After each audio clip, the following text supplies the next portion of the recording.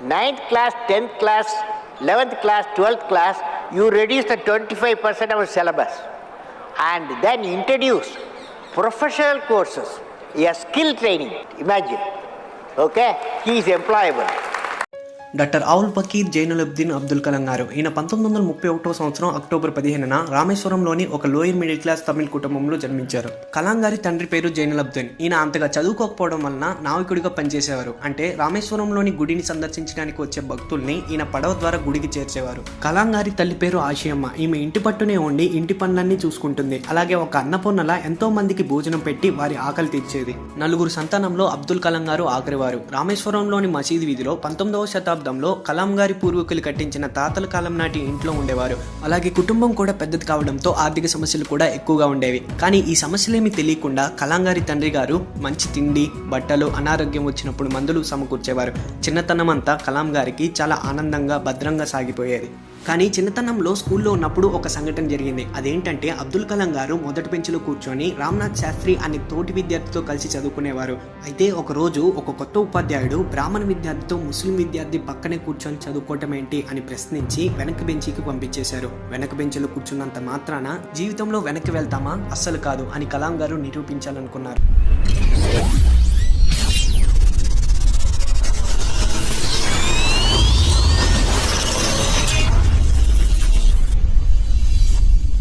ఉపాధ్యాయుడు క్లాసులో పక్షి ఎలా ఎగురుతుందో చెప్తూ ఉన్నారు. 25 నిమిషాలైనా తను చెప్పిన విషయం ఎవ్వరికీ అర్థం కాలేదు అని అర్థమైంది. స్కూల్ అయిపోయిన తర్వాత సాయంత్రం పూట ఆ పిల్లలందరినీ తీసుకొని సముద్రపు ఒడ్డుకు వెళ్ళారు. సముద్రంపై పక్షులు ఎగరటం, మళ్ళీ అవి కిందకు వచ్చి మళ్ళీ ఎగరటం, అందుకు అనుగుణంగా వాటి తోకని మార్చుకోవడం, రెక్కలు మార్చుకోవడం అంతా వివరంగా చెప్పారు, చూపించారు. అప్పటి నుంచి కలాం గారు కూడా పక్షిలాగా ఎగరాలనుకున్నారు. అందుకోసం ఎలాగైనా పైలట్ అవ్వాలి అనుకున్నారు. When I was a 10 years fellow, 5th class I was studying in Rameshwaram Island, okay? At that time I had one teacher, Siva Subramania Iyer. He went to blackboard, blackboard, and he explained how birds fly. And the way he made us to ask questions. At the end of the class I felt not only he taught me how birds fly, he injected me what should be my vision in life, what should be goal in life. తర్వాత తిరుచిలో Saint Joseph కాలేజ్లో degree పట్టా పొందారు. Pilot అవ్వాలి అనే తన చిన్ననాటి కోరికను నిజం చేసుకోవడానికి మద్రాసులోని MITలో చేరాలనుకున్నారు. అయితే ఆ ఇన్స్టిట్యూట్లో చేరాలంటే 1000 రూపాయలు ఫీజు కట్టాల్సి వచ్చింది. కానీ ఆయన తండ్రి కట్టలేనప్పుడు కలాం గారి అక్క ఆమె గాజులు తాకట్టు పెట్టి ఫీజు కట్టింది. తనను బాగా చదివించాలని, ఉన్నతమైన స్థాయిలో చూడాలని, తన మీద తన కుటుంబ సభ్యులు పెట్టుకున్న నమ్మకాన్ని, వాళ్ళు పడుతున్న కష్టాన్ని చూసి కలాం గారు ఎంతగానో చలించిపోయారు. చివరకు స్కాలర్షిప్ సహాయంతో మద్రాస్ ఇన్స్టిట్యూట్ ఆఫ్ టెక్నాలజీలో ఏరోస్పేస్ ఇంజనీరింగ్లో జాయిన్ అయ్యారు. అయితే 2వ సంవత్సరంలో ఆయనకి మైనర్ ప్రాజెక్ట్స్ కింద ఒక చిన్న ప్లేన్ తయారు చేయమని ప్రాజెక్ట్ ఇచ్చారు. కలాం గారు ఒక కొత్త ప్లేన్ డిజైన్ చేసి తన ప్రొఫెసర్ దగ్గరకు తీసుకువెళ్లారు. కానీ ఆ ప్రొఫెసర్కి ఆ డిజైన్ అస్సలు నచ్చలేదు. మరొక డిజైన్ చేసి తీసుకురమ్మని కలాం గారికి చెప్పారు. కొత్త డిజైన్ రూపొందించాలంటే కనీసం 1 నెల సమయం పడుతుందని, నెల రోజుల తర్వాత ప్రాజెక్ట్ సబ్మిట్ చేస్తానని చెప్పారు. కానీ ఆ ప్రొఫెసర్ అందుకు నిరాకరించారు. 3 రోజులు సమయం ఇస్తున్నాను, ఈలోపు ప్రాజెక్ట్ సబ్మిట్ చేయాలి, లేదంటే స్కాలర్షిప్ ఆగిపోతుంది అని కరాఖండిగా చెప్పేశారు. స్కాలర్షిప్ ఆగిపోతుంది అనే భయంతో ఏం చేయాలి అని అర్థం కాని అబ్దుల్ కలాం గారు ఎలాగైనా ఆ ప్రాజెక్ట్ని పూర్తి చేయాలి అనే సంకల్పంతో 3 రోజులు నిద్ర లేకుండా, తిండి లేకుండా ప్రాజెక్ట్ని కంప్లీట్ చేసి ప్రొఫెసర్కి సబ్మిట్ చేశారు. ప్రొఫెసర్ ఆశ్చర్యానికి అంతే లేదు. కేవలం 3 రోజుల్లో ఒక కొత్త ప్లేన్ని డిజైన్ చేయడం అనేది సాధ్యం కాని పని. కానీ అసాధ్యాల్ని సుసాధ్యం చేయడం అబ్దుల్ కలాం గారికి వెన్నతో పెట్టిన విద్య. అప్పుడే అబ్దుల్ కలాం గారికి ఒక విషయం బాగా అర్థమైంది. ఒక పని మీద శ్రద్ధ పెట్టి చేస్తే ఎటువంటి అసాధ్యమైనా సరే సాధ్యం చేయొచ్చు అని. తన ఆశయాల్ని సఫలం చేసుకోవడానికి మరొక అవకాశం ఇంటర్వ్యూ రూపంలో దొరికింది. అంటే ఇంజనీరింగ్ అయిపోయిన తర్వాత ఎయిర్ ఫోర్స్ అకాడమీ ఆఫ్ డెహ్రాడూన్లో ఇంటర్వ్యూకి వెళ్లారు కలాం గారు. అయితే అబ్దుల్ కలాం గారికి ఏది అంత ఈజీగా వచ్చేది కాదు. ఎందుకంటే ఆ ఉద్యోగానికి 8 మంది కావాల్సి వస్తే కలాం గారికి 9వ స్థానం వచ్చింది. అందువలన త్రుటిలో పైలట్ అయ్యే అవకాశాన్ని కోల్పోయారు కలాం గారు. అలా కొద్దిపాటిలో తన చిన్ననాటి కల చేజారిపోయింది. When I was a 23 fellow, that I will become a pilot, okay? I will become a pilot. So I studied aeronautical engineering. I went to Air Force for pilot, okay? They did not select me, okay? Out of 10 fellows, I was the 10th fellow, a selected fellow. 9 seats only they had. I lost it. అక్కడ interview fail అయిన తర్వాత 1958లో డిఆర్డిఓలో అంటే defence research and development ఆర్గనైజేషన్లో చేరారు. అక్కడ చేరిన కొద్ది రోజుల్లోనే Vikram Sarabhai garu Indian National Committee for Space రీసెర్చ్కి ప్రమోట్ చేశారు. దీన్ని మనం ఇప్పుడు ఇస్రోగా పిలుస్తున్నాం. ఈ క్రమంలో 6 నెలల పాటు రాకెట్ లాంచింగ్ టెక్నిక్స్ మీద ట్రైనింగ్ కోసం అమెరికాలోని నాసాకి వెళ్లే అవకాశం అబ్దుల్ కలాం గారికి దక్కింది. భారతదేశం నుండి అంతరిక్షంలోకి శాటిలైట్ పంపాలనేది ప్రొఫెసర్ విక్రమ్ సారాభాయ్ గారి కోరిక. అయితే ట్రైనింగ్ పూర్తయి వచ్చిన తర్వాత కలాం గారు విక్రమ్ సారాభాయ్ మరియు సతీష్ ధావన్ల సహకారంతో రోహిణి అనే శాటిలైట్ ని అంతరిక్షంలోకి పంపడానికి SLV-3 అనే రాకెట్ ని అభివృద్ధి చేశారు. దేశంలోని ప్రజలందరి కళ్ళు ఈ SLV-3 ప్రయోగం మీదే ఉన్నాయి. అబ్దుల్ కలాం గారితో పాటుగా అక్కడ ఉన్న ఎంతో మంది కష్టపడి నిర్మించిన ఈ 22 మీటర్ల పొడవైన SLV-3 లాంచ్ అయింది. అదే భారతదేశం నుండి వెళ్లిన మొట్టమొదటి రాకెట్. అయితే ఏ మిషన్ అయితే కలాం గారిని మిసైల్ మ్యాన్ ఆఫ్ ఇండియా అని అభివర్ణించిందో నిజానికి ఆ మిషన్ ఒక ఫెయిల్యూర్ మిషన్. ఎందుకంటే 300 సెకండ్ల తర్వాత సెకండ్ స్టేజ్ లో పేలిపోయి సముద్రంలో కుప్పకూలిపోయింది. 10 సంవత్సరాలు కష్టపడి తయారు చేసిన ఆ ప్రాజెక్ట్ కలాం గారికి ఏదో తెలియని ఒక ఆవేదన మిగిల్చింది. కానీ ఆయన నిరుత్సాహపడలేదు. తిరిగి 1980లో రెండో ప్రయోగం కోసం SLV-3ని లాంచ్ చేశారు.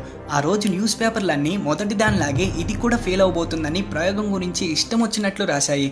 దేశం కళ్ళన్నీ ఈ ప్రయోగం మీదే ఉన్నాయి. 18 జూలై 1980లో SLV-3 లాంచ్ అయ్యి రోహిణి శాటిలైట్ ని ఆర్బిట్ లోకి విజయవంతంగా ప్రవేశపెట్టింది.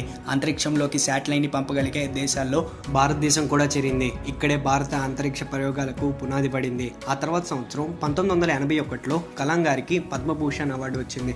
ఇంకా అబ్దుల్ కలాం గారు వెనక్కి తిరిగి చూడలేదు. ఆయన తయారు చేసిన రాకెట్ లాగానే ఆయన కూడా దూసుకుపోయారు. I must have a dream. I must continuously acquire knowledge. Hard work. And perseverance.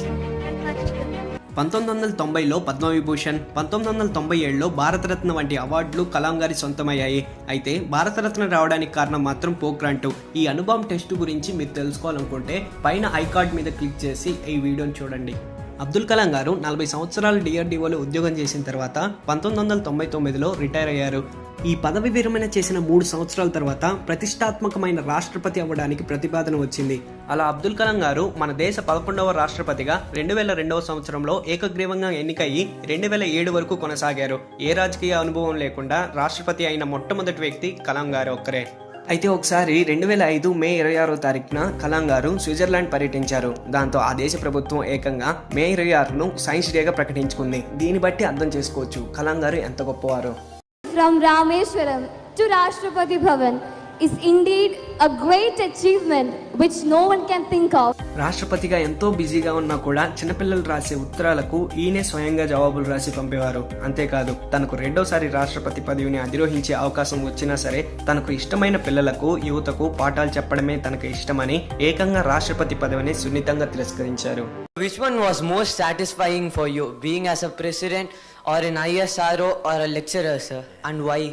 Well, I personally believe I was a teacher, I was a scientist, technologist, I was the president, but I always developed interest in teaching and research.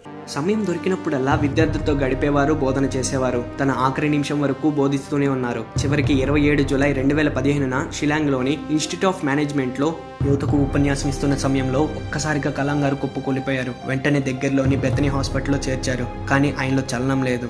ఆ రోజు సాయంత్రం 7:45 గుండెపోటు కారణంగా ఆయన చనిపోయారనే వార్త దేశమంతటా తెలిసింది. ఆ వార్త విని బాధపడని వ్యక్తి అంటూ ఎవరూ లేరు. అప్పుడు 3,50,000 మంది ఆయన చివరి చూపుకు రావడం జరిగింది. కలాం గారు తనకంటూ ఏమీ సంపాదించుకోలేదు. ఆయన చనిపోయిన నాటికి ఆయన దగ్గర ఉన్నది కేవలం 6 చొక్కాలు, 4 ప్యాంట్లు, 2,500 పుస్తకాలు, ఆయనకు వచ్చిన అవార్డులు. ఇవే ఆయనకు మిగిలిన ఆస్తి. అయితే కలాం గారు లాంటి వక్తను, నాయకుడిని, రాష్ట్రపతిని, దేశభక్తుడిని ఇప్పటి వరకు మనం చూసి ఉండం. Instead of job seekers, we need employment generators. When the colleges and schools, they must give the training. When they come out, banks should help them, so that the small industries, millions will come out. Mr. President Abdul Kalam, this was one of the most extraordinary speeches we have ever heard from a statesman, scientist and poet. This is unique.